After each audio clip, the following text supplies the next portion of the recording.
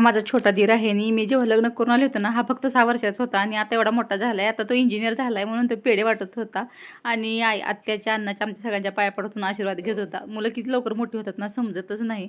आणि मला महिन्याचा बाजार भरायचा होता म्हणून आम्ही डीमार्टला निघालो आणि आमच्या मिस्टरांचं रात्री काम असल्यामुळे रात्रभर जागल्यामुळे मी त्यांना म्हणले, मी बाजार आणते, तुम्ही झोपा गाडीतच. मग मी एकटीच गेले. मी असं कधीच पहिल्यांदाच मी स्वतः गेले होते.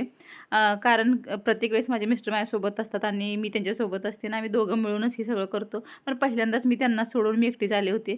तर हे पहिल्यांदाच मी करते आणि सगळं मी घेतलं आणि त्यांनी मला पैसे दिले होते ते सगळं बिलिंग केलं मी आणि नंतर मी त्यांना बाहेर येऊन कॉल करून मग त्यांनी ते सगळं सामान ठेवलं आणि नंतर मला आईस्क्रीम खायचं होतं. तर आता इथं नवीन तसं निघालं आहे.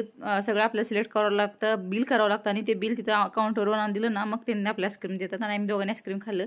कारण आम्हाला पटकन आईस्क्रीम संपवून मुलांना आणा जायचं होतं आणि मला आईस्क्रीम द्यायचं नव्हतं कारण त्यांना सर्दी झाली खूप.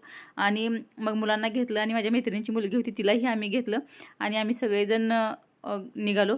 आणि ही मुलं ना शाळा सुटली नाही एवढे केवलीनं चेहरे करतात ना, असं वाटतं की ह्यांना कधीच शाळेत पाठवू नये, फक्त आपल्यापाशीच ठेवून घ्यावं. मुलं आहेत, मुलांना तर शाळेत पाठवावंच लागणार. ही प्रत्येक आईचीच अवस्था अशी असते असं मला वाटतं. तर कसं वाटलं व्हिडिओ नक्की सांगा.